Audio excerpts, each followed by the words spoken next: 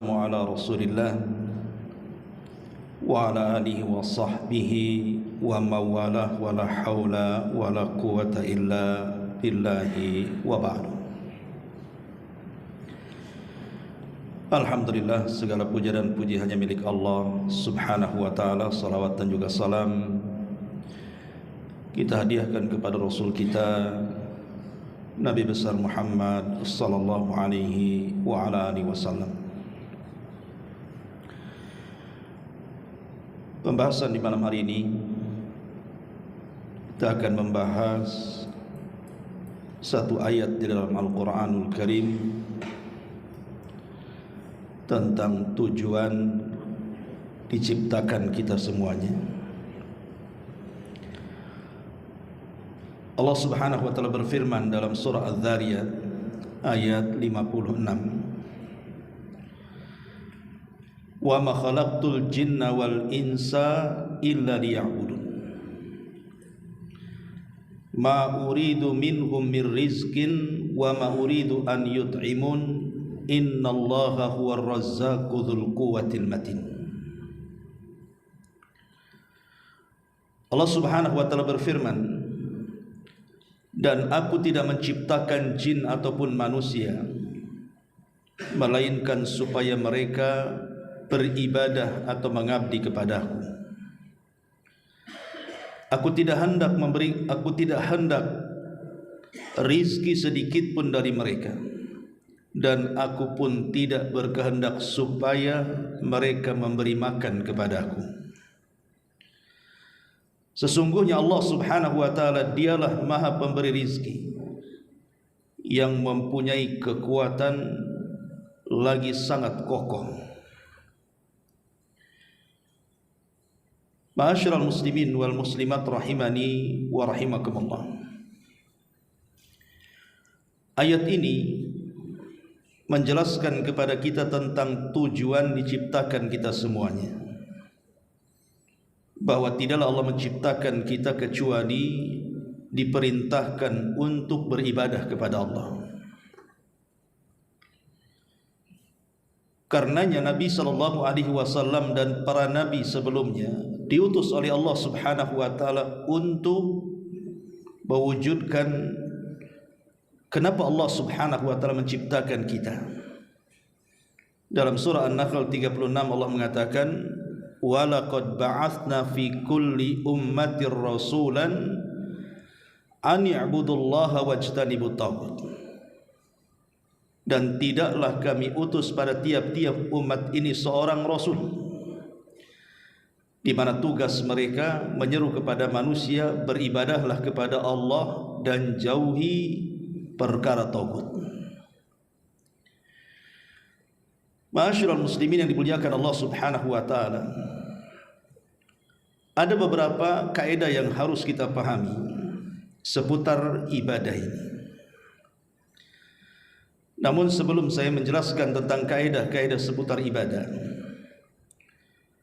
terlebih dahulu kita akan menjelaskan apa penyebab Allah Subhanahu wa taala mensyariatkan ibadah kepada kita dan apa hikmahnya.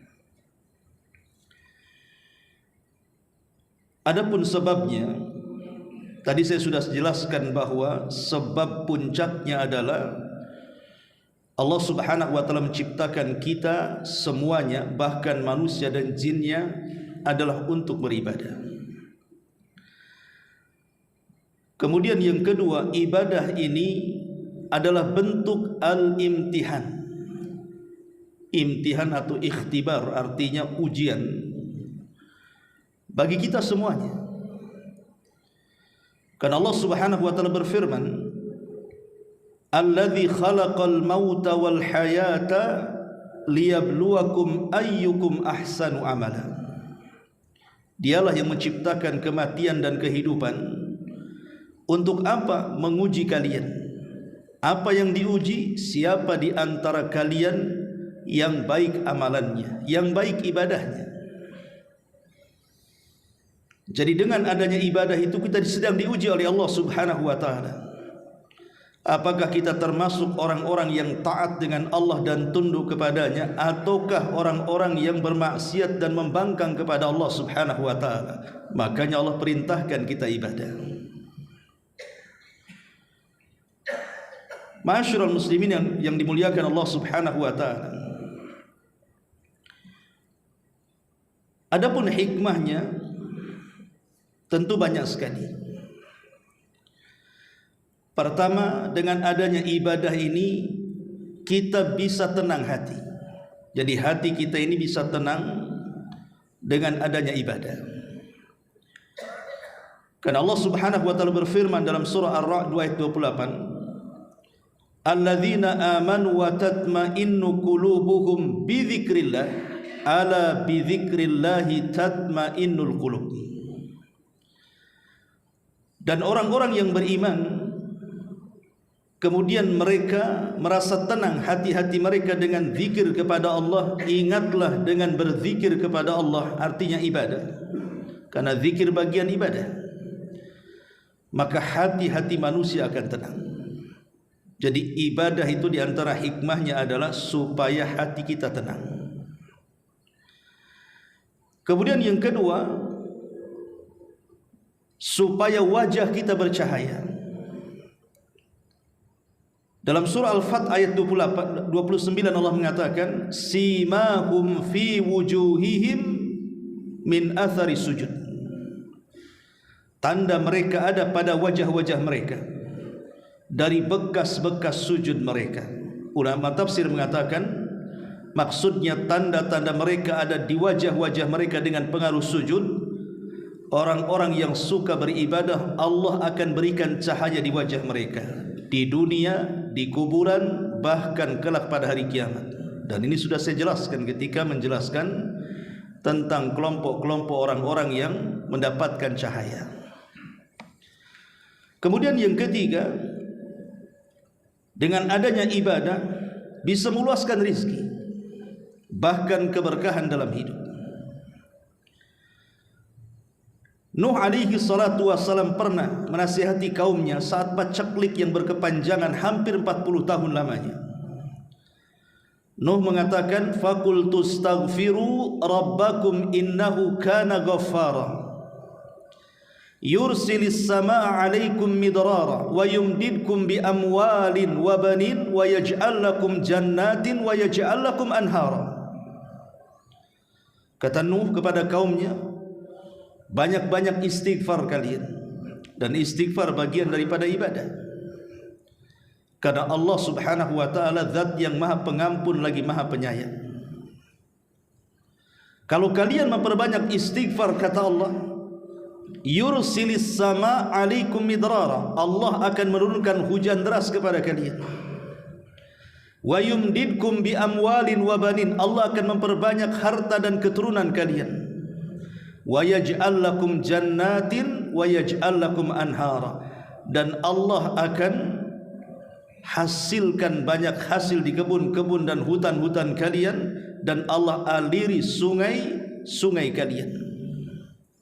Lihat bagaimana istighfar bisa membuka banyak rizki kepada kita, dan istighfar bagian daripada ibadah kita kepada Allah Subhanahu wa taala. Kemudian yang keempat, dengan adanya ibadah ini, ja'alallahu azza wa jalla al-ibadat maidanan littasawi. Ulama mengatakan dengan adanya ibadah maka menjadikan manusia setara. Dengan adanya ibadah itu menjadikan manusia setara. Baik Anda kaya, Anda miskin, Anda pejabat, Anda rakyat, berkulit hitam, berkulit putih, berkulit merah, ras apapun itu di mata Allah Subhanahu wa taala sama. Makanya Nabi sallallahu alaihi wasallam dalam khutbah Hajjatul Wada' mengatakan, la fadla bainal a'rabi wal a'jam walal aswad alal ahmar illa bitaqwallahi azza wa jalla. Fa inna Allah azza wa jalla yaqul inna akramakum indallahi atqakum. Nabi mengatakan tidak ada beda antara kalian, hei orang Arab ataupun bukan orang Arab, baik anda yang berkulit hitam atau yang berkulit merah, karena kemuliaan di antara kalian itu ditentukan dengan takwa. Karena Allah Subhanahu wa taala berfirman, sesungguhnya manusia yang paling mulia di antara kalian adalah orang yang bertakwa kepada Allah. Dan takwa itu diperoleh dengan ibadah. Ya ayyuhalladzina amanu kutiba alaikumus siyam kama kutiba alal ladzina min qablikum la'allakum tattaqun. Wahai orang-orang yang beriman, berpuasalah kalian sebagaimana puasa ini telah diwajibkan kepada umat sebelum kalian agar kalian bertakwa. Jadi takwa inilah yang membedakan, dan takwa itu dihasilkan dari ibadah. Ketika seseorang kemudian beribadah kepada Allah Subhanahu wa taala, maka terjadi persamaan di sini. Lihat dalam salat, tidak ada shaf yang ditentukan. Maka siapapun yang datang duluan ke masjid, dia berhak mendapatkan shaf pertama. Bukan karena kaya kemudian masbuk berdiri depan, tidak bisa. Lihat orang yang haji, semua menggunakan ihram dan semua harganya sama, warnanya sama. Ataupun orang yang berpuasa, mau anda kaya, mau anda miskin, mau anda pejabat, mau anda rakyat, kalau datang bulan Ramadan puasa semuanya. Jadi ibadah ini menghasilkan persamaan di antara manusia. Ma'asyiral muslimin yang dimuliakan Allah Subhanahu wa taala. Kemudian juga yang nomor 5, ibadah itu adalah ittisalul abdi bi rabbih. Cara satu-satunya untuk menghubungkan kita dengan Allah Subhanahu wa taala. Bagaimana caranya kita berkomunikasi dengan Allah? Hanya lewat ibadah. Contohnya salat. Salat disebut salat itu karena diambil dari kata silah. Silah itu artinya tali penghubung. Saya ulangi, salat dikatakan salat itu diambil dari kata-kata as-silatu, karena silatun bainal abdi wa rabbih. Jadi silah menjadi salat karena silah itu artinya tali yang menghubungkan kita selaku hamba dengan Allah Subhanahu wa taala selaku Rabb kita. Maka dengan ibadah kita bisa berkomunikasi dengan Allah Subhanahu wa taala. Ketika dalam salat kita membaca surah Al-Fatihah, disitulah komunikasinya. Karena ketika kita membaca alhamdulillahirabbil alamin, apa jawaban Allah? Hamidani abdi, hambaku sedang memujiku. Kalau kita membaca Ar-Rahman Ar-Rahim, maka Allah jawab asna alayya abdi, hambaku sedang memuja-muja aku. Dan apabila kita katakan maliki yaumiddin, Allah jawab, Allah lihatlah hambaku majjadani abdi, dia sedang membesar-besarkan aku. Jadi salat itu komunikasi. Makanya dulu pernah saya jelaskan tentang pertemuan kita dengan Allah itu di 4 tempat. 2 di dunia dan 2 di akhirat.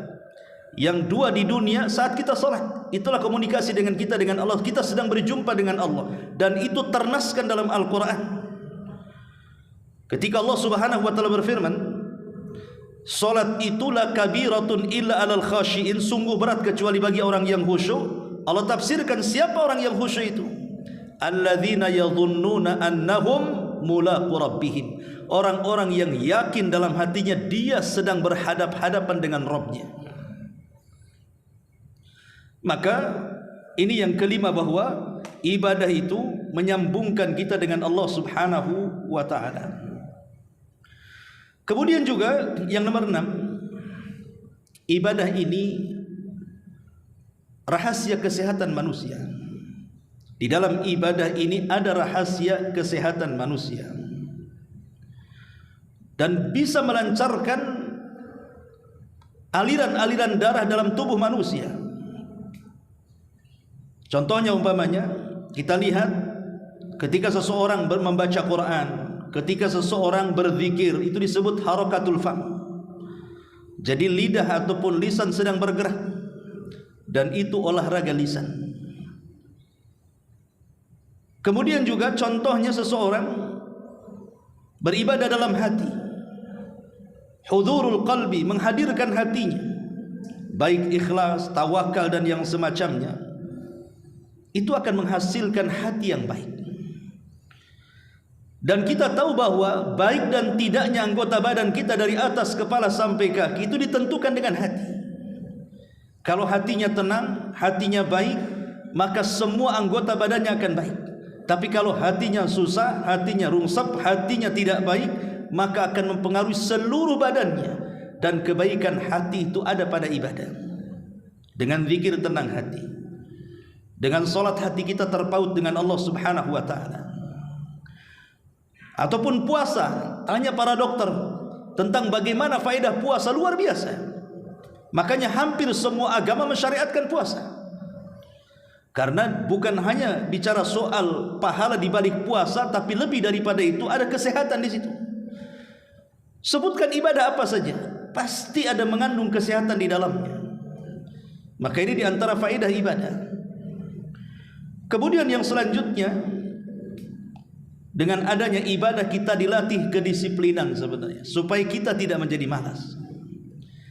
Makanya kenapa Nabi SAW ketika menjelaskan bahwa setan itu setiap malam mengikat tengkuk anak Adam itu 3 ikatan, maka 3 ikatan tidak mungkin dilepas kecuali dengan 3 ibadah. Pertama, ketika bangun dia berzikir kepada Allah, lepaslah 1 ikatan. Kedua, ketika setelah berzikir dia berwudu karena Allah Subhanahu wa ta'ala, lepaslah 2 ikatan. Setelah itu kemudian dia melaksanakan salat, maka 3-tiganya akan lepas. Ketika 3-tiganya lepas, apa kata Rasul? Di pagi harinya jiwanya akan baik dan dia memiliki kesemangatan hidup. Thayyibun nafsi nasyatun, kata Rasul. Hatinya baik dan dia pun bergairah hidupnya. Menunjukkan bahwa timbullah gairah hidup, kedisiplinan.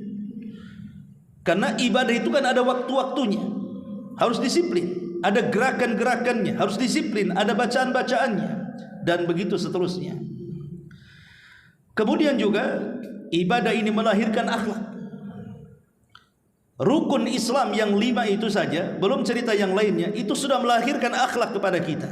Contoh salat, Allah mengatakan innas salata tanha 'anil fahsya'i wal munkar. Salat itu mencegah perbuatan keji dan kemungkaran.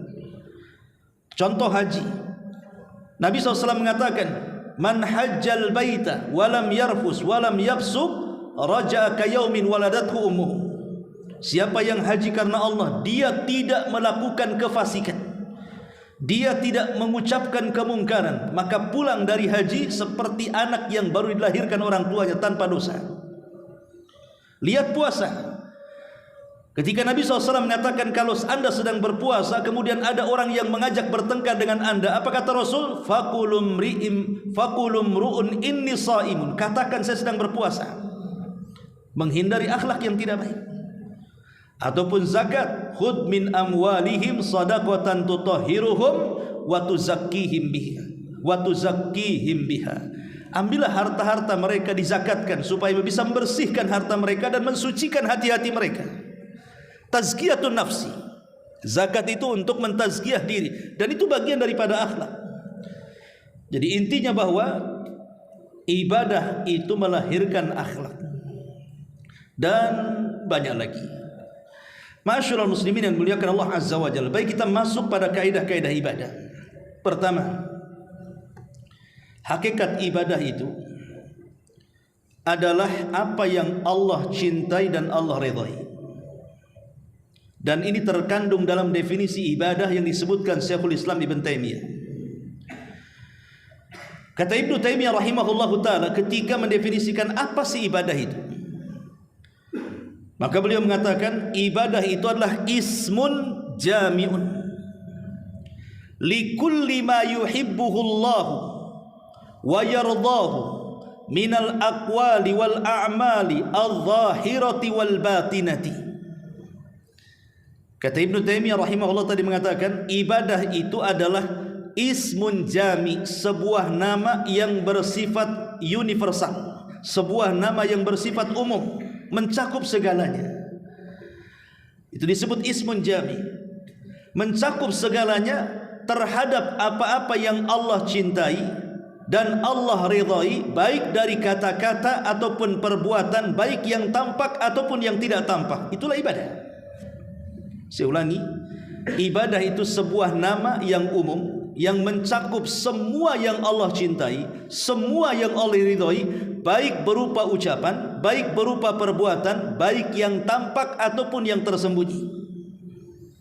Dari sini kita tahu bahwa ibadah itu bukan hanya sekedar di majelis taklim, bukan hanya sekedar di masjid, bukan hanya acara-acara pengajian, zikir dan begitu seterusnya, tetapi semua ucapan dan perbuatan kita yang Allah cinta dan redha itu disebut ibadah.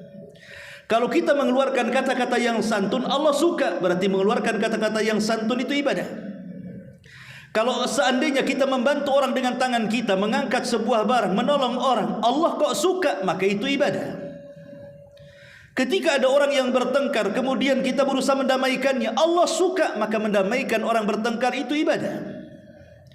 Maka ibadah itu mencakup segalanya. Yang penting Allah suka, itu ibadah.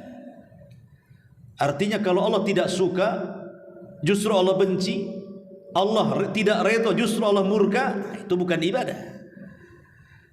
Ma'asyiral muslimin yang dimuliakan Allah Azza wa Jalla, ini yang pertama. Yang kedua, sifat ibadah itu tauqifi.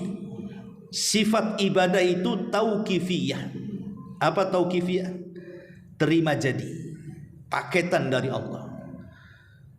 Artinya ibadah itu bukan rekayasa manusia. Tidak ada di dalamnya ikut campur tangan adat istiadat manusia, ataupun tidak ada di dalamnya akal-akalan manusia. Ibadah itu murni datang dari Allah.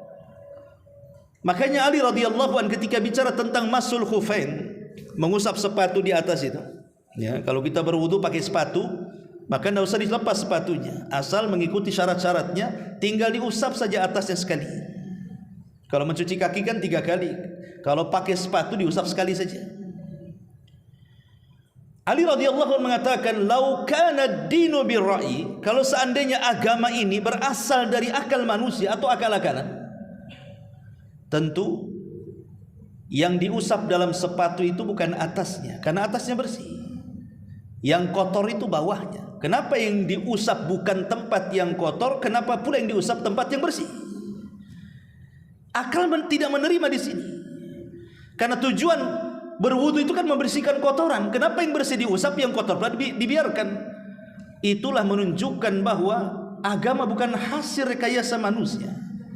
Agama itu rekayasa, tidak ada rekayasa manusia atau akal manusia. Dia murni tauqifiyah, artinya terima jadi dari Allah Subhanahu wa taala. Tidak boleh dibuat-buat manusia. Karena dia sifatnya tauqifiyah, terima jadi. Apa yang Allah perintahkan laksanakan, apa yang Allah larang tinggalkan, apa yang Allah halalkan nikmati, apa yang Allah haramkan jauhi. Selesai, itulah ibadah. Yang sifatnya itu terima jadi, jangan buat-buat. Ini yang kedua. Yang ketiga, bahwa setiap amalan yang telah dipastikan sebagai ibadah, kalau amalan ini sudah dipastikan sebuah ibadah, baik berdasarkan Al-Quran dan Sunnah, maka memalingkannya kepada selain Allah Subhanahu wa ta'ala adalah syirik akbar, kesyirikan. Sesuatu yang sudah diponis ini ibadah, solat kan ibadah, karena ada perintahnya aqimus solat, tegakkan solat, berarti Allah memastikan solat itu ibadah. Maka siapapun yang memalingkan solat kepada selain Allah, maka dia telah menyekutukan Allah. Apalagi doa, Allah Subhanahu wa ta'ala mengatakan, "Wa idza sa'alaka ibadi anni fa inni qarib ujibu da'watad da'i idza da'an falyastajibu li wal yu'minu bila'allahum yarshudun."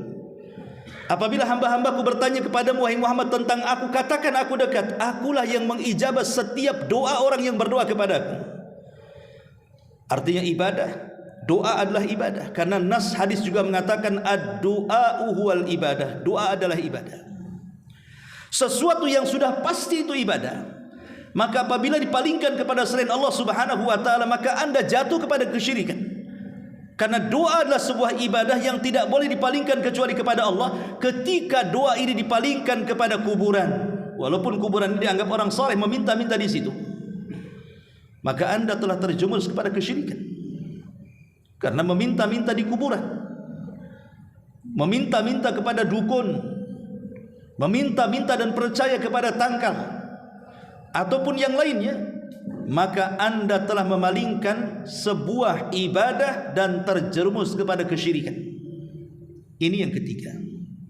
Yang keempat, bahwa syarat diterima ibadah itu ada 3. Kalau ibadah kita ingin diterima, maka lakukan 3 perkara. Pertama, Anda harus seorang muslim. Kalau seorang muslim beribadah, pasti diterima. Tapi kalau Anda orang kafir, pasti ditolak. Karena Allah Subhanahu wa taala mengatakan, a'maluhum karamadin istaddat bihirri. Amal orang-orang kafir pada hari kiamat seperti debu yang ditumpuk kemudian dihempas angin sampai habis. Amal mereka tidak ada guna. Sebaik apapun mereka di dunia, balasannya di dunia saja. Di akhirat mereka tidak ada bagian sedikit pun. Karena syarat diterima ibadah itu harus orang muslim. Yang kedua, harus ikhlas. Walaupun ada seorang muslim, tapi kalau tidak ikhlas karena Allah Subhanahu wa taala, percuma.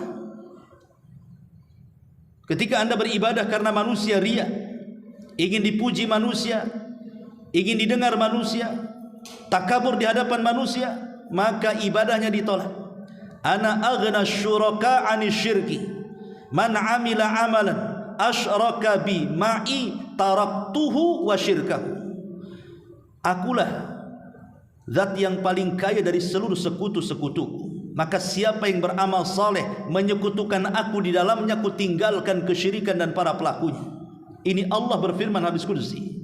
Artinya bahwa siapapun yang memalingkan ibadah karena manusia, karena pujian dan begitu seterusnya, maka ditolak ibadahnya. Karena harus ikhlas karena Allah Subhanahu wa taala. Wa ma umiru illa liya'budullaha mukhlishina lahuddin. Tidaklah mereka diperintahkan untuk beribadah kecuali ikhlas, ketaatan hanya diberikan kepada Allah. Yang ketiga, harus ittiba, mencontoh Nabi. Anda seorang muslim, Anda sudah ikhlas, tapi ibadah Anda tidak mencontoh Nabi, Anda buat-buat sendiri. Salat Isya tadi saya buat 10 rakaat. Diterima salatnya? Tidak diterima. Karena Rasul tidak mencontohkan salat Isya itu 10 rakaat. Anda berkurban, tiba-tiba orang pakai unta, pakai sapi, pakai kambing, Anda pula pakai kuda. Rasul tidak mencontohkannya, maka korban Anda ditolak. Anda masuk rumah, tiba-tiba setiap masuk rumah melaksanakan 2 rakaat salat. Harusnya masuk masjid, itulah 2 rakaat salat tahiyatul masjid. Ini tidak masuk rumah 2 rakaat salat tahiyatul bait namanya. Diterima salatnya? Tidak diterima karena Rasul tidak mencontohkannya. Atau Anda kemudian menyembelih kurban sebelum salat Id, diterima ibadahnya? Tidak, walaupun itu adalah hari Idul Adha, karena waktunya sudah ditentukan setelah salat Id baru diterima. Kalau sebelum salat Id disembelih, itu bukan kurban namanya, hanya penyembelihan biasa, karena tidak mencontoh Nabi SAW. Jadi ibadah ini harus mencontoh Nabi SAW. Pertama, dalam bilangan. Kalau Rasul sudah menyebutkan bilangan, maka jangan membuat bilangan baru. Maghrib 3 rakaat, jangan pula ditambah menjadi 4 rakaat. Wudu 3 kali 3 kali, jangan ditambah jadi 4 kali 4 kali 5 kali 5 kali. Karena Rasul yang mengatakan faman zada faqad asaa wa zalama. Barang siapa yang menambah dalam basuhan wudu lebih daripada 3, dia telah berbuat jahat dan zalim. Karena Rasul tidak mencontohkannya. Atau dalam masalah sebab, pamannya sebab masuk masjid salat betul, tapi sebab masuk rumah salat tidak ada hadisnya, tidak ada perintahnya. Ataupun masalah kaifiah, cara orang salat tadi takbiratul ihram, kemudian berdiri, ruku, sujud dan seterusnya, tidak, dia salat dari tasyahud dulu. Ini tidak tertib, Rasul tidak mencontohkannya. Tidak ada cara seperti itu. ya. Ataupun mamanya dalam tempat dan waktu. Haji ke Mekah, ini enggak haji ke Karbala, ke Irak sana seperti yang dilakukan orang-orang Syiah. Diterima hajinya? Tidak, karena haji itu hanya bisa ke Mekah saja. Disitulah tempat manasiknya. Kok ke Karbala pula hajinya, gimana ceritanya? Ataupun masalah waktu juga sama tadi. Contohnya umpamanya kurban tadi, waktunya setelah sholat id dia gunakan, sebelum sholat id tidak diterima kurbannya. Jadi perkara-perkara ini walaupun sudah dilakukan, Anda seorang muslim, Anda ikhlas, kalau tidak mencontoh Nabi, percuma ibadahnya. Dan tiga-tiganya harus ada. Inilah disebut syarat diterimanya amal. Ini yang keempat. Yang kelima, bahwa ibadah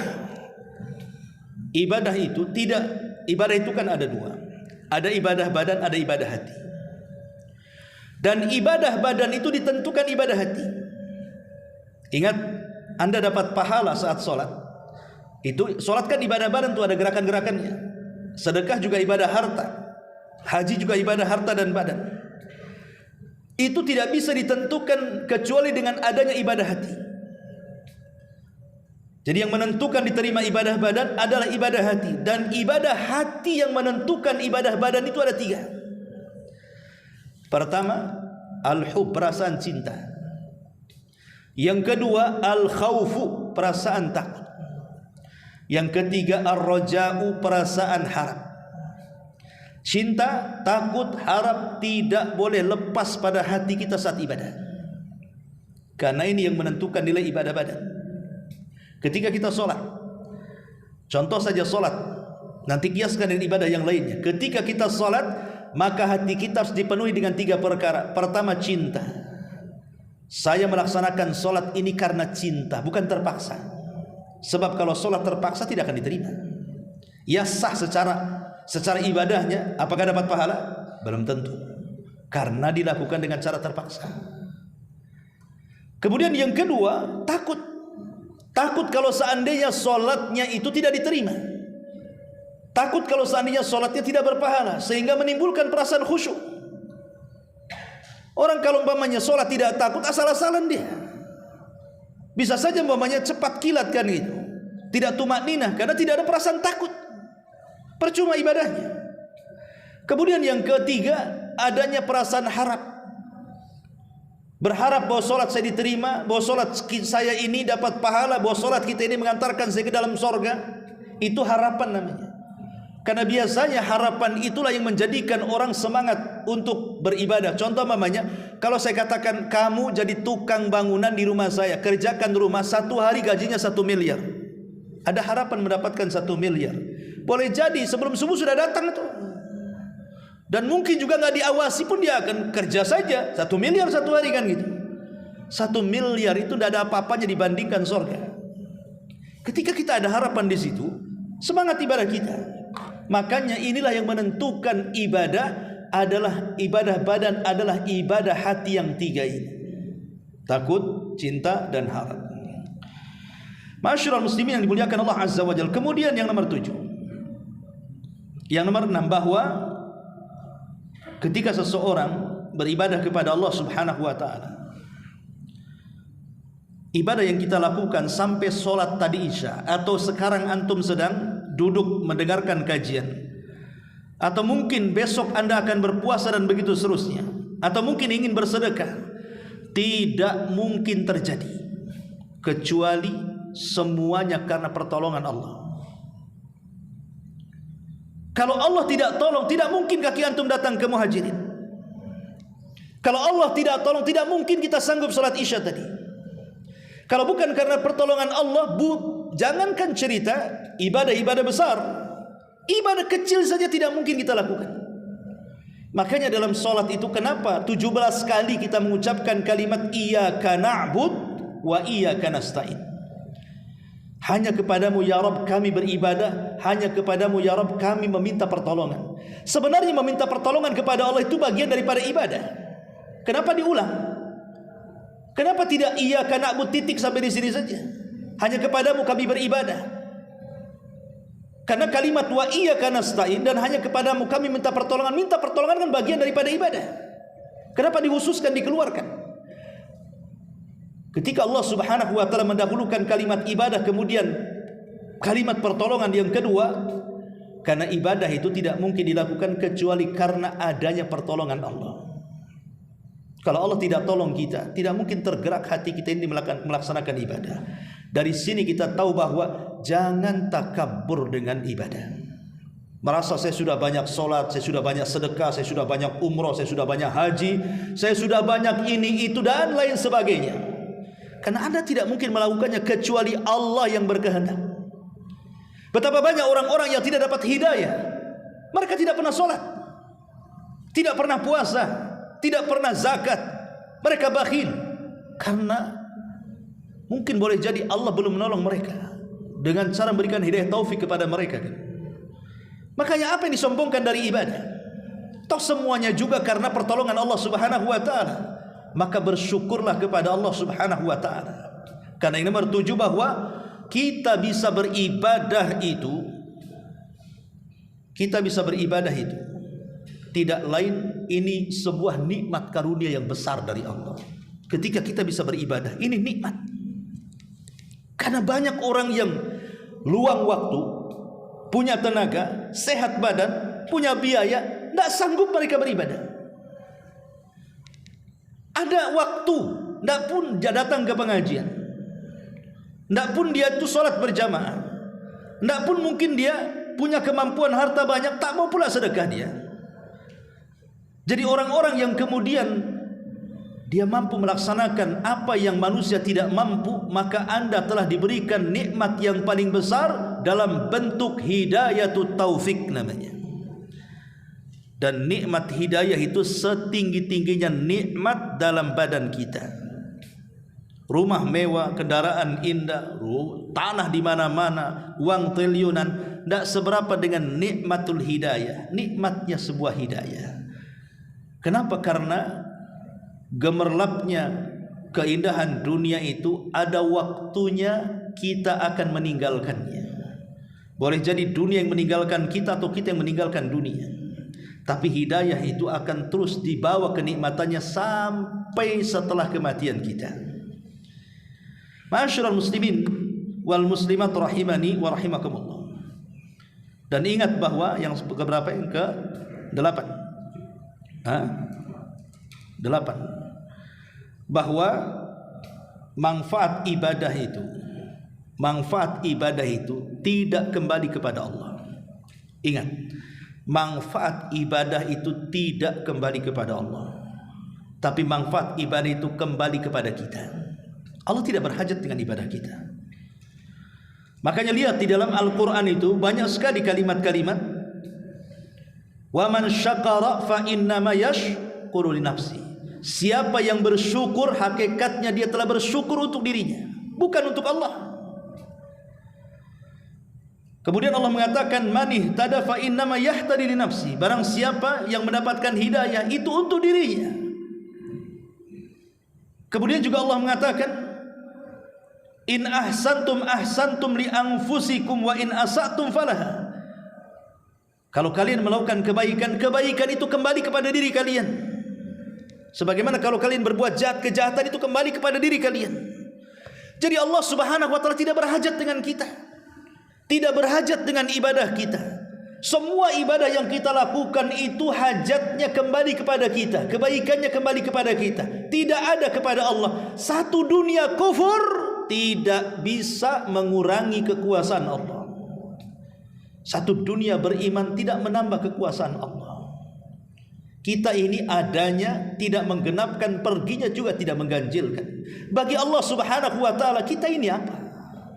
Kita ini makhluk kecil yang kalau seandainya jin dan manusianya berkumpul di sebuah tanah lapang, kemudian mereka meminta sesuatu kepada Allah dengan permintaan yang satu dengan yang lainnya, jin dan manusianya berbeda-beda, dari mulai orang hidup sampai terakhir mati, Allah sanggup memberikan semua permintaannya, dan Allah sanggup memberikan permintaannya hanya seperti tetesan yang di ujung jarum yang dicelupkan di tengah-tengah lautan. Lautan itulah kekayaannya, satu tetes yang di ujung jarum itulah cukup untuk mengabulkan semua permintaan manusia dan jinnya. Allah itu kaya, artinya dia tidak butuh dengan kita. Walillahil matsalul a'la.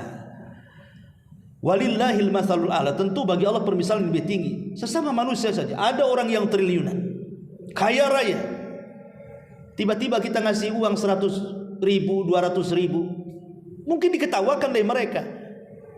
Boleh jadi kemudian mereka mengatakan, kau menghina aku, uangku triliunan, ngapain kau kasih sedekah samaku? Itu sesama manusia bisa tersinggung loh ya. Kalau ada orang miliarder triliunan duitnya, tiba-tiba ada orang yang sedekah kepada dia 100-200 ribu, apa enggak marah dia? Serasa dihina kan? Tapi Allah subhanahu wa ta'ala tentu berbeda kekayaan dengan manusia. Dia zat yang jauh lebih kaya. Dia tidak berhajat dengan kita. Makanya tadi ayat yang kita baca, wa ma khalaqtul jinna wal insa illa liya'budun ma uridu minhum mir rizqin wa ma uridu an yut'imun. Tidaklah aku ciptakan jin dan manusia kecuali untuk beribadah kepadaku. Aku tidak hendak meminta rizki kepada mereka sedikit pun, dan aku tidak hendak meminta agar mereka memberi makan sedikit pun kepadaku. Kenapa? Innallaha huwar razzaqu dzul quwwatil matin. Karena dia zat yang maha pemberi rizki. Dia yang ngasih rizki kepada kita, dan dia zat yang maha kuat lagi maha kokoh. Ma'asyiral muslimin yang dimuliakan Allah subhanahu wa ta'ala. Maka dari sini perlu kita pahami bahwa jangan mengatakan Allah berhajat dengan kita. Kita yang berhajat dengan Allah. Dan ibadah itu akan kembali kepada kita, bukan kembali kepada Allah subhanahu wa ta'ala. Ma'asyiral muslimin yang dimuliakan Allah subhanahu wa ta'ala. Kemudian ketika seseorang sholat, puasa, zakat dan ibadah-ibadah yang lainnya, kemudian kita diberikan pahala. Ingat, ganjaran atas ibadah yang kita lakukan adalah murni karunia pemberian dari Allah subhanahu wa ta'ala. Semua pemberian dari Allah, murni. Tidak ada makhluk selain daripada Allah yang mampu memberikan pahala kepada kita. Makanya orang-orang yang ria nanti pada hari kiamat, Allah akan katakan apa? Sekarang kau datang kepada orang yang dulu kau harapkan pujiannya, minta kepada dia pahala. Jadi ketika manusia dikumpulkan di padang mahsyar, orang-orang yang sholatnya ria, puasanya ria, sedekahnya ria, maka Allah katakan kepada orang-orang yang ria itu, sekarang datanglah kepada orang yang kau harapkan pujiannya di dunia, minta kepada dia balasan. Sanggup memberikan? Tidak sanggup. Karena memang pahala itu murni datang dari Allah subhanahu wa ta'ala. Bersyukur kepada Allah subhanahu wa ta'ala. Ma'asyiral muslimin yang dimuliakan Allah subhanahu wa ta'ala. Kemudian istiqamah dalam ibadah adalah bentuk penghambaan. Jadi ketika seseorang menjaga salatnya, menjaga puasanya, menjaga baca Qur'annya, menjaga silaturahimnya, dan menjaga ibadah-ibadah yang lainnya, berarti dia betul-betul sedang menghambakan diri kepada Allah. Karena seorang hamba akan patuh dan tidak akan bermaksiat. Itulah seorang hamba. Maka istiqomahlah dalam beribadah, supaya kita diakui kehambaan kita dengan Allah subhanahu wa ta'ala. Sebab kalau tidak, maka Allah subhanahu wa ta'ala bisa saja murka kepada kita. Kemudian juga di antara kaidah ibadah, ma'asyiral muslimin yang dimuliakan Allah azza wa jalla, karena ibadah itu adalah bentuk tadzallul wal khudu, bentuk merendahkan diri, bentuk merendahkan hati, menghambakan diri kita kepada Allah subhanahu wa ta'ala. Maka lakukanlah ibadah itu sesuai dengan perintahnya. Lakukan ibadah itu sesuai dengan perintah Allah dan Rasulnya. Maka ibadah itu akan bernilai di hadapan Allah dan Rasulnya. Kalau kita kemudian beribadah melenceng dari aturan yang Allah aturkan kepada kita, atau aturan yang Rasul aturkan kepada kita, kita lari dari aturan itu, maka Anda tidak sedang menghambakan diri kepada Allah. Anda sedang membangkang dari penghambaan itu sendiri. Dan yang terakhir, jangan pernah merasa sombong.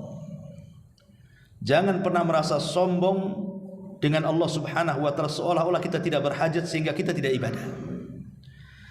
Allah subhanahu wa ta'ala berfirman di dalam Al-Quranul Karim tentang orang-orang yang sombong, innalladzina yastakbiruna an ibadati sayadkhuluna jahannama dakhir. Al-Anbiya 19. Orang-orang yang sombong dan tidak mau beribadah kepadaku, kata Allah, maka kelak mereka akan dimasukkan ke dalam neraka jahanam dalam keadaan hina dina, rendah.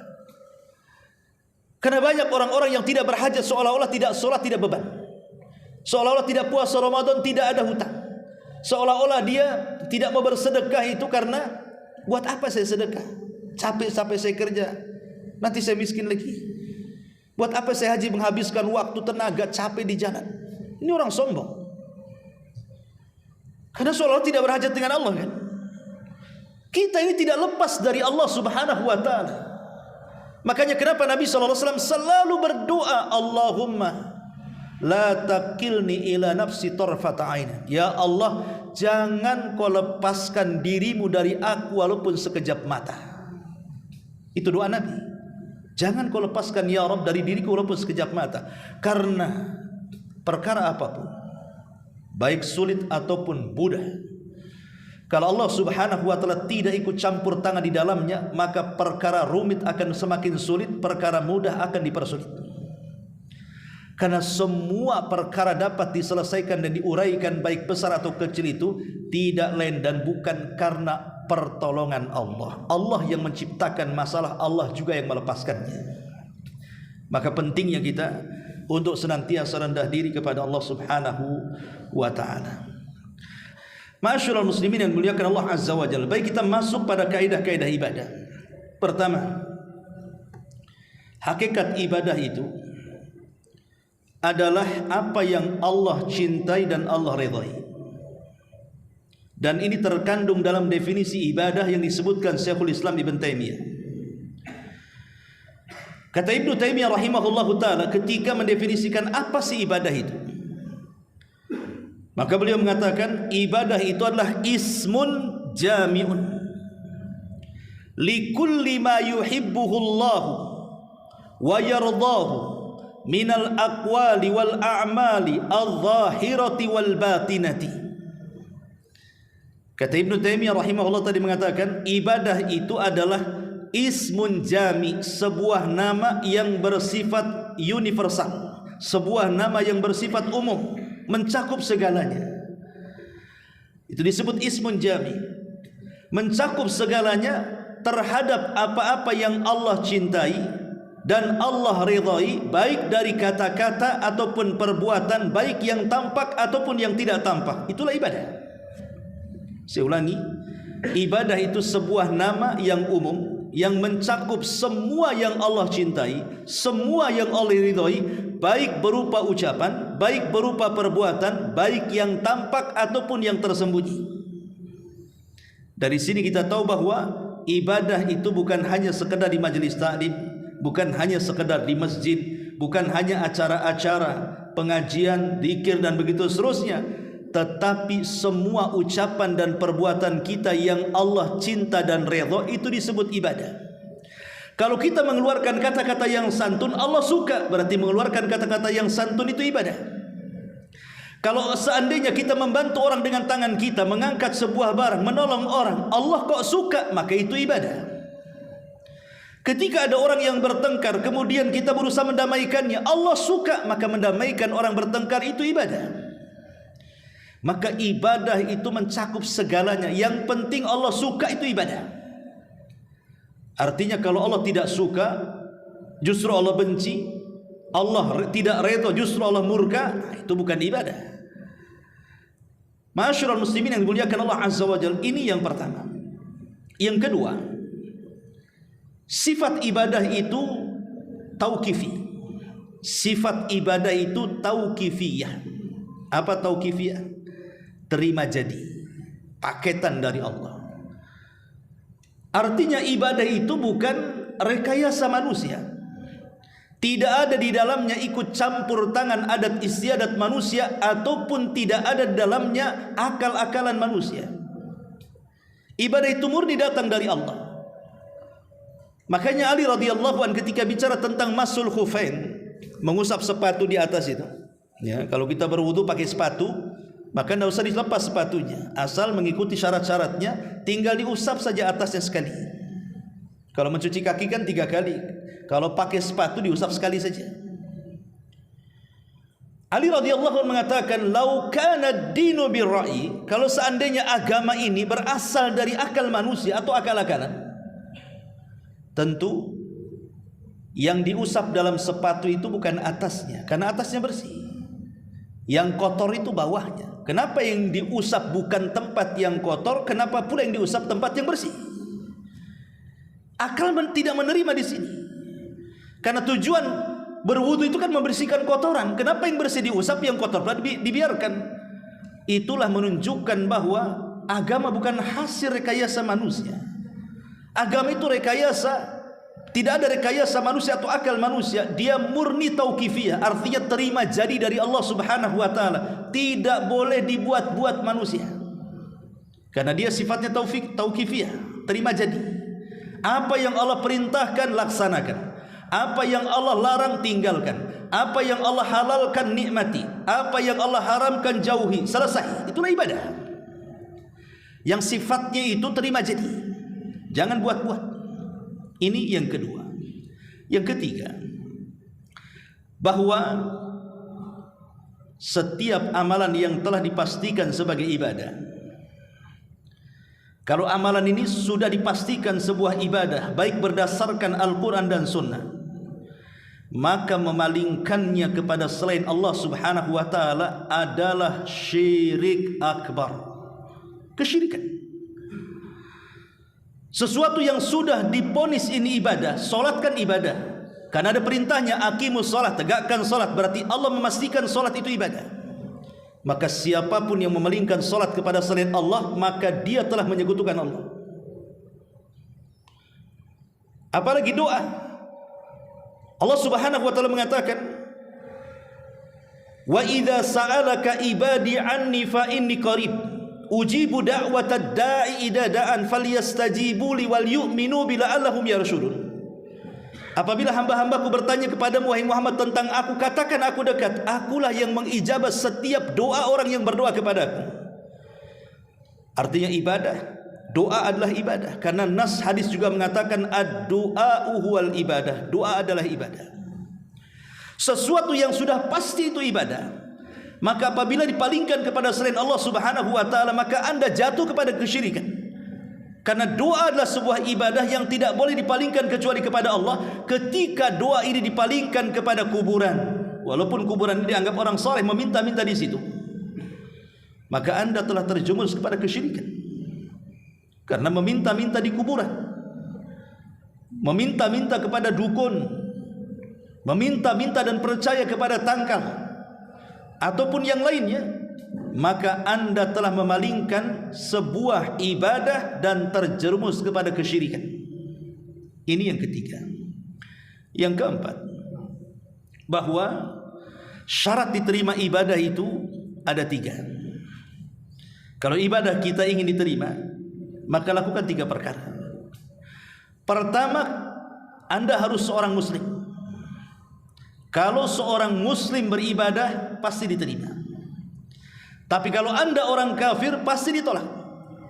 Karena Allah Subhanahu wa ta'ala mengatakan, a'maluhum karamadin istaddat bihirrih. Amal orang-orang kafir pada hari kiamat seperti debu yang ditumpuk kemudian dihempas angin sampai habis. Amal mereka tidak ada guna. Sebaik apapun mereka di dunia, balasannya di dunia saja. Di akhirat mereka tidak ada bagian sedikit pun. Karena syarat diterima ibadah itu harus orang muslim.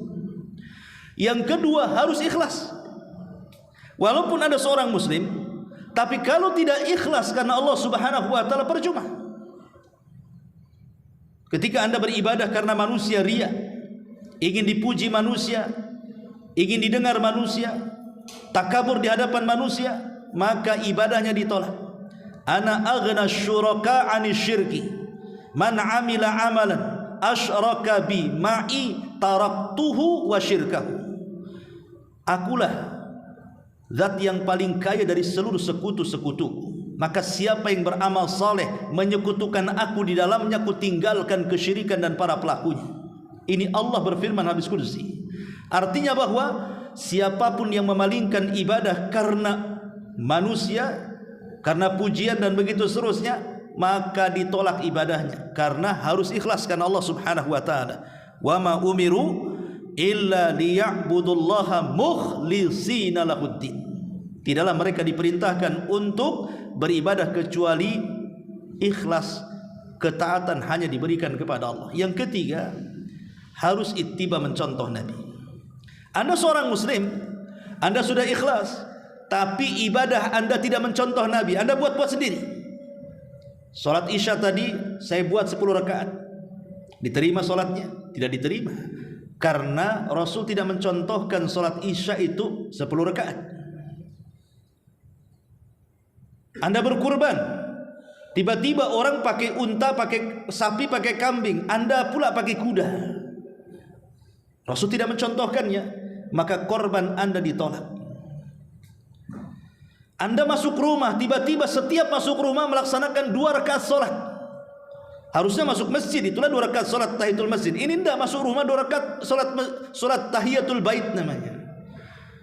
Diterima salatnya? Tidak diterima karena Rasul tidak mencontohkannya. Atau Anda kemudian menyembelih kurban sebelum salat Id, diterima ibadahnya? Tidak. Walaupun itu adalah hari Idul Adha, karena waktunya sudah ditentukan setelah salat Id baru diterima. Kalau sebelum salat Id disembelih, itu bukan kurban namanya, hanya penyembelihan biasa, karena tidak mencontoh Nabi SAW. Jadi ibadah ini harus mencontoh Nabi SAW. Pertama dalam bilangan. Kalau Rasul sudah menyebutkan bilangan, maka jangan membuat bilangan baru.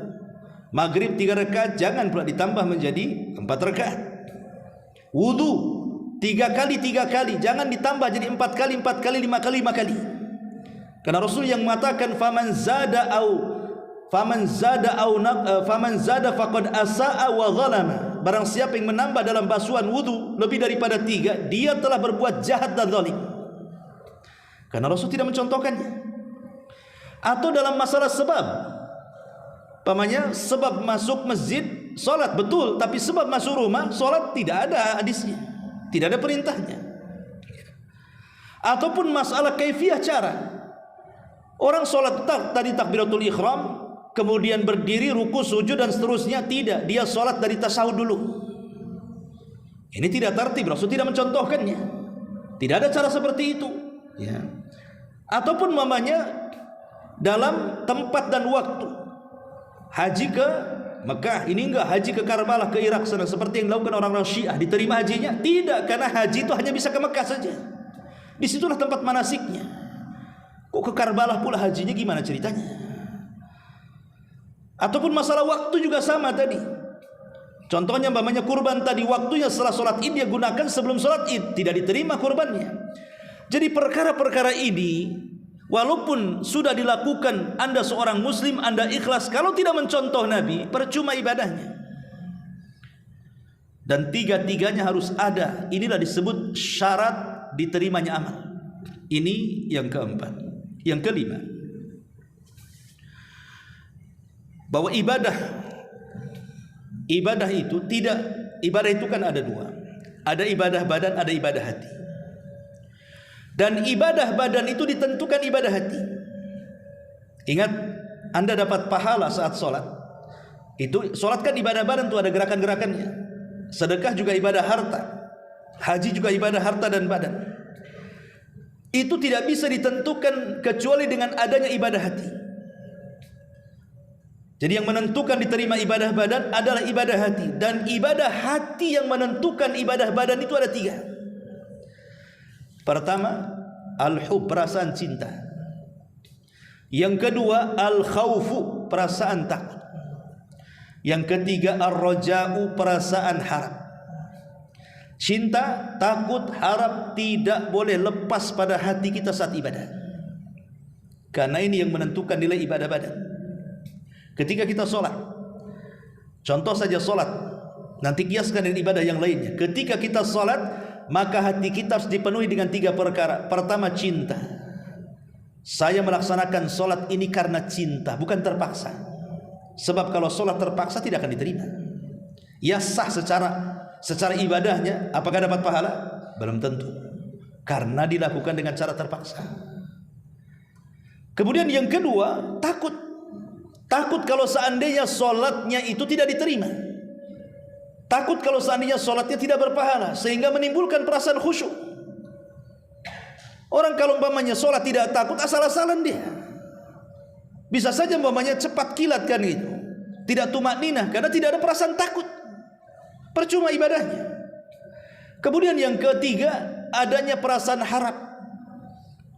Berharap bahwa sholat saya diterima, bahwa sholat saya ini dapat pahala, bahwa sholat kita ini mengantarkan saya ke dalam sorga. Itu harapan namanya. Karena biasanya harapan itulah yang menjadikan orang semangat untuk beribadah. Contoh mamanya, kalau saya katakan kamu jadi tukang bangunan di rumah saya, kerjakan rumah, 1 hari gajinya 1 miliar. Ada harapan mendapatkan 1 miliar. Boleh jadi sebelum subuh sudah datang itu. Dan mungkin juga nggak diawasi pun dia akan kerja saja 1 miliar 1 hari kan gitu. 1 miliar itu tidak ada apa-apanya dibandingkan surga. Ketika kita ada harapan di situ, semangat ibadah kita. Makanya inilah yang menentukan ibadah adalah ibadah badan, adalah ibadah hati yang 3 ini. Takut, cinta, dan harap. Ma'asyiral muslimin yang dimuliakan Allah Azza wa Jalla. Kemudian yang nomor 7. Yang nomor 6, bahwa ketika seseorang beribadah kepada Allah Subhanahu wa taala,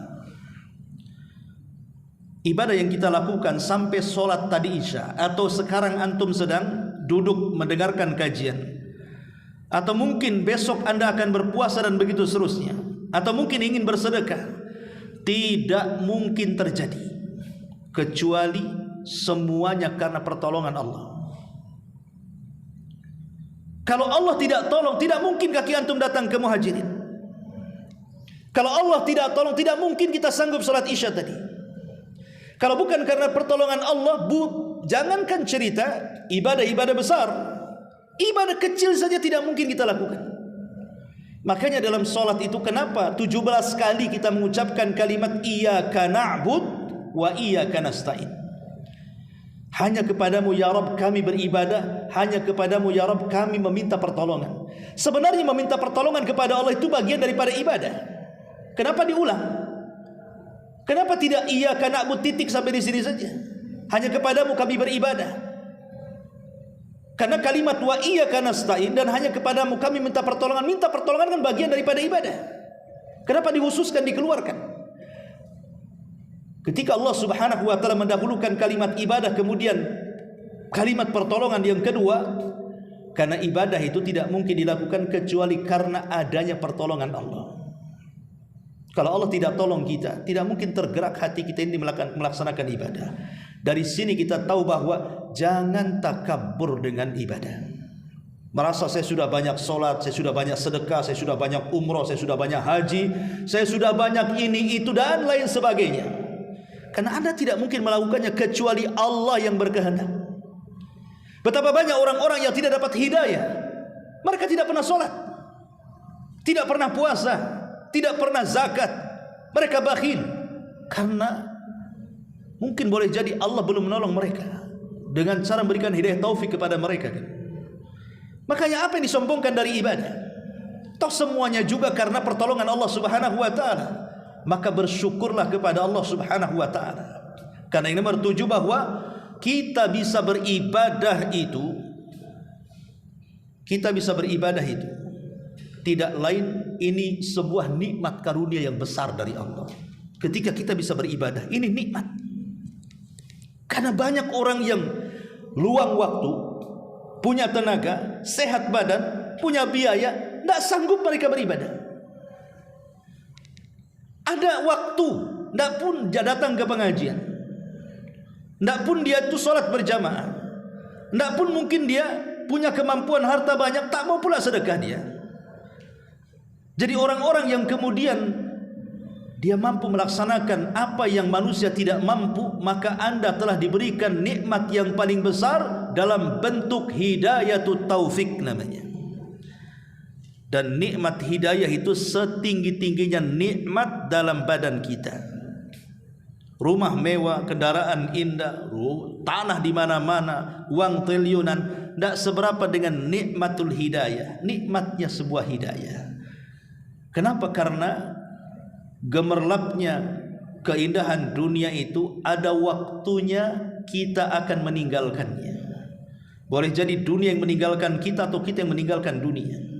Tapi hidayah itu akan terus dibawa kenikmatannya sampai setelah kematian kita. Ma'asyiral muslimin wal muslimat rahimani wa rahimakumullah. Dan ingat bahwa yang keberapa, yang ke-8. 8. Bahwa manfaat ibadah itu tidak kembali kepada Allah. Ingat, manfaat ibadah itu tidak kembali kepada Allah, tapi manfaat ibadah itu kembali kepada kita. Allah tidak berhajat dengan ibadah kita. Makanya lihat di dalam Al-Quran itu banyak sekali kalimat-kalimat, wa man syakara fa innama yashkuru li nafsi. Siapa yang bersyukur, hakikatnya dia telah bersyukur untuk dirinya, bukan untuk Allah.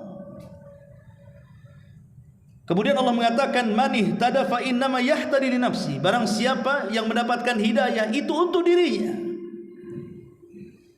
Kemudian juga Allah mengatakan, in ahsantum ahsantum li anfusikum wa in asatum falaha. Kalau kalian melakukan kebaikan, kebaikan itu kembali kepada diri kalian. Sebagaimana kalau kalian berbuat jahat, kejahatan itu kembali kepada diri kalian. Jadi Allah Subhanahu wa taala tidak berhajat dengan kita, tidak berhajat dengan ibadah kita. Semua ibadah yang kita lakukan itu hajatnya kembali kepada kita, kebaikannya kembali kepada kita, tidak ada kepada Allah. Satu dunia kufur tidak bisa mengurangi kekuasaan Allah. Satu dunia beriman tidak menambah kekuasaan Allah. Kita ini adanya tidak menggenapkan, perginya juga tidak mengganjilkan. Bagi Allah Subhanahu wa taala kita ini apa? Kita ini makhluk kecil yang kalau seandainya jin dan manusianya berkumpul di sebuah tanah lapang, kemudian mereka meminta sesuatu kepada Allah dengan permintaan yang satu dengan yang lainnya, jin dan manusianya berbeda-beda, dari mulai orang hidup sampai terakhir mati, Allah sanggup memberikan semua permintaannya. Dan Allah sanggup memberikan permintaannya hanya seperti tetesan yang di ujung jarum yang dicelupkan di tengah-tengah lautan. Lautan itulah kekayaannya. Satu tetes yang di ujung jarum itulah cukup untuk mengabulkan semua permintaan manusia dan jinnya. Allah itu kaya, artinya dia tidak butuh dengan kita. Walillahil matsalul a'la. Walillahil matsalul a'la. Tentu bagi Allah permisalan lebih tinggi. Sesama manusia saja, ada orang yang triliunan, kaya raya, tiba-tiba kita ngasih uang 100.000, 200.000, mungkin diketawakan dari mereka. Boleh jadi kemudian mereka mengatakan, kau menghina aku, uangku triliunan, ngapain kau kasih sedekah sama aku? Itu sesama manusia bisa tersinggung loh ya. Kalau ada orang miliarder triliunan duitnya, tiba-tiba ada orang yang sedekah kepada dia 100-200 ribu, apa enggak marah dia? Serasa dihina kan? Tapi Allah Subhanahu wa taala tentu berbeda kekayaan dengan manusia. Dia zat yang jauh lebih kaya. Dia tidak berhajat dengan kita. Makanya tadi ayat yang kita baca, wa ma khalaqtul jinna wal insa illa liya'budun ma uridu minhum mir rizqin wa ma uridu an yut'imun. Tidaklah aku ciptakan jin dan manusia kecuali untuk beribadah kepadaku. Aku tidak hendak meminta rizki kepada mereka sedikit pun, dan aku tidak hendak meminta agar mereka memberi makan sedikit pun kepadaku. Kenapa? Innallaha huwar razzaqu dzul quwwatil matin. Karena dia zat yang maha pemberi rizki. Dia yang ngasih rizki kepada kita, dan dia zat yang maha kuat lagi maha kokoh. Ma'asyiral muslimin yang dimuliakan Allah Subhanahu wa taala. Maka dari sini perlu kita pahami bahwa jangan mengatakan Allah berhajat dengan kita. Kita yang berhajat dengan Allah. Dan ibadah itu akan kembali kepada kita, bukan kembali kepada Allah Subhanahu wa taala. Ma'asyiral muslimin yang dimuliakan Allah Subhanahu wa taala. Kemudian ketika seseorang salat, puasa, zakat dan ibadah-ibadah yang lainnya, kemudian kita diberikan pahala. Ingat, ganjaran atas ibadah yang kita lakukan adalah murni karunia pemberian dari Allah Subhanahu wa taala. Semua pemberian dari Allah, murni. Tidak ada makhluk selain daripada Allah yang mampu memberikan pahala kepada kita. Makanya orang-orang yang ria nanti pada hari kiamat, Allah akan katakan apa? Sekarang kau datang kepada orang yang dulu kau harapkan pujiannya. minta kepada dia pahala. Jadi ketika manusia dikumpulkan di padang mahsyar, orang-orang yang sholatnya ria, puasanya ria, sedekahnya ria, maka Allah katakan kepada orang-orang yang ria itu, sekarang datanglah kepada orang yang kuharapkan pujiannya di dunia, minta kepada dia balasan. Sanggup memberikan? Tidak sanggup. Karena memang pahala itu murni datang dari Allah Subhanahu wa taala. Bersyukur kepada Allah Subhanahu wa taala. Ma'asyiral muslimin yang dimuliakan Allah Subhanahu wa taala, kemudian istiqamah dalam ibadah adalah bentuk penghambaan. Jadi ketika seseorang menjaga salatnya, menjaga puasanya, menjaga baca Qur'annya, menjaga silaturahimnya, dan menjaga ibadah-ibadah yang lainnya, berarti dia betul-betul sedang menghambakan diri kepada Allah. Karena seorang hamba akan patuh dan tidak akan bermaksiat. Itulah seorang hamba. Maka istiqomahlah dalam beribadah, supaya kita diakui kehambaan kita dengan Allah Subhanahu wa taala. Sebab kalau tidak, maka Allah Subhanahu wa taala bisa saja murka kepada kita.